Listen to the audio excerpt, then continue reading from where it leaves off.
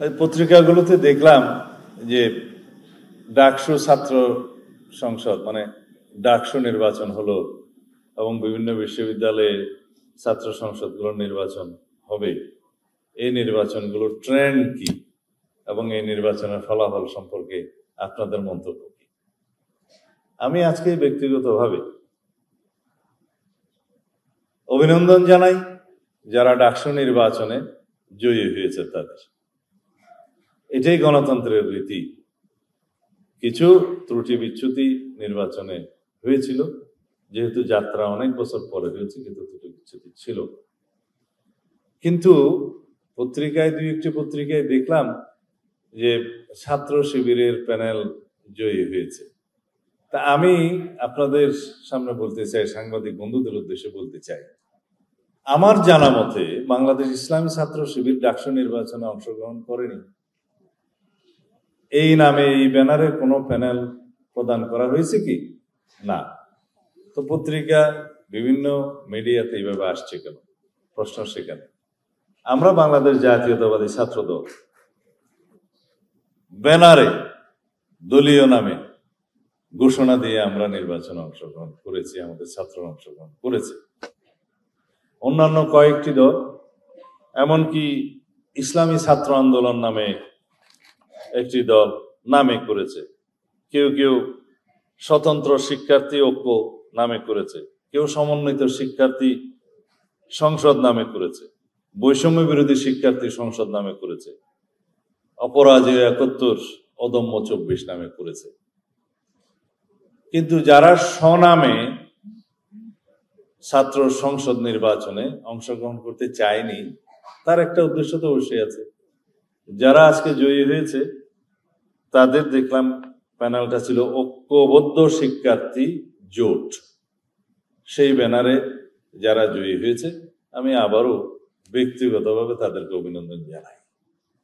আমাদের 2024-এর ছাত্র গণ অভ্যুত্থান পরবর্তী সময়ে আমাদের সবচেয়ে বড় সংগ্রামের নাম হচ্ছে, আমরা আরেকটি সংগ্রামে লিপ্ত আছি।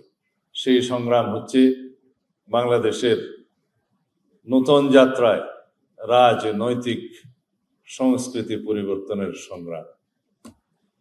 আমাদের এই রাজনৈতিক সংস্কৃতি পরিবর্তনের সংগ্রাম চালু রাখতে হবে। নতুন রাজনৈতিক সংস্কৃতির ধারা প্রচলন করতে হবে। সেই সংস্কৃতি কি?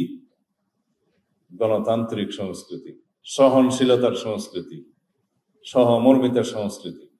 এবং সহনশীলতা সহমর্মিতার মধ্য দিয়ে আমরা পরস্পর রাজনৈতিক দলসমূহের মধ্যে আমরা প্রতিযোগিতা করব, রাজনীতির চর্চা করব। যদি আমরা ফ্যাসিবাদের পুনরুত্থান না চাই, ব্যক্তি স্বৈরতান্ত্রিক পদ্ধতি অথবা দলীয় স্বৈরতান্ত্রিক পদ্ধতির উত্থান না চাই, সংসদীয় একনায়কতন্ত্র না চাই এবং একদলীয় রাষ্ট্র ব্যবস্থা কামনা না করি, তাহলে আমাদেরকে নতুন গণতান্ত্রিক রাজনৈতিক সংস্কৃতির ধারাবাহিকতা বজায় রাখতে হবে, চর্চা করতে হবে, লালন করতে হবে। এইভাবেই আমরা গণতান্ত্রিক রাজনৈতিক সংস্কৃতির চর্চার মধ্য দিয়ে আমরা বিগত দিনের ফ্যাসিবাদী অগণতান্ত্রিক রাজনৈতিক অপসংস্কৃতিকে বিলুপ্ত করতে পারবো, প্রসারিত করতে পারবো। ভালো রাজনৈতিক স্থাপনার মধ্য দিয়ে আমরা অপরাজনীতির বিলুপ্তি ঘটাতে পারবো। সেই রাজনীতির চর্চা আমাদেরকে করতে হবে। রাজনীতিতে প্রতিযোগিতা থাকবে, প্রতিদ্বন্দ্বিতা থাকবে, কিন্তু দিন শেষে গণতান্ত্রিক পদ্ধতিতে আমরা সবাইকে অভিনন্দন জানাবো। এটাই আমাদের রীতি হবে। আমাদের এখানে অনেকে প্রশ্ন করেছে, এটা কি জাতীয় রাজনীতিতে কোনো প্রভাব রাখবে? আমি বলতে চাই, ডাকসু, রাকসু, চাকসু বিভিন্ন নির্বাচন আমার ছাত্র জমানা থেকেই আমরা তখন ভোট দিয়েছি, দেখেছি, যাদেরকে নির্বাচিত করেছি। এটা 80-র দশকের কথা বলছি, 70-এর দশকের শেষের দিকের ছাত্র আমি। যারা ডাকসুতে নির্বাচিত হয়েছে তারা বৃহৎ কোনো রাজনীতির মূল দলের ছাত্র সংগঠন না হলে জাতীয় রাজনীতিতে তারা আসতেই পারে না। কারণ আমরা নেব না, এখনো ডাকসুতে ভিপিজিএস হয়েছে অনেক নেতা জাতীয় রাজনীতিতে আছেন, কেউ বা হারিয়ে গিয়েছেন। তাদের মধ্যে যারা বৃহৎ রাজনৈতিক সংগঠনের অন্তর্ভুক্ত ছিল, তাদের কেউ কেউ জাতীয় সংসদে এসছে, বাকিরা এখনো পর্যন্ত লড়াই করছে, সংগ্রাম করছে আসার জন্য। আমি কারো নাম নিয়ে বলাটা ঠিক হবে না, আমি তাদের উজ্জ্বল ভবিষ্যৎ কামনা করি, কিন্তু এখনো পর্যন্ত কামিয়াব হয় নাই। এটা হচ্ছে বাংলাদেশের জাতীয় রাজনীতি এবং ছাত্র রাজনীতির একটা পোস্টমর্টেম বিশ্লেষণ।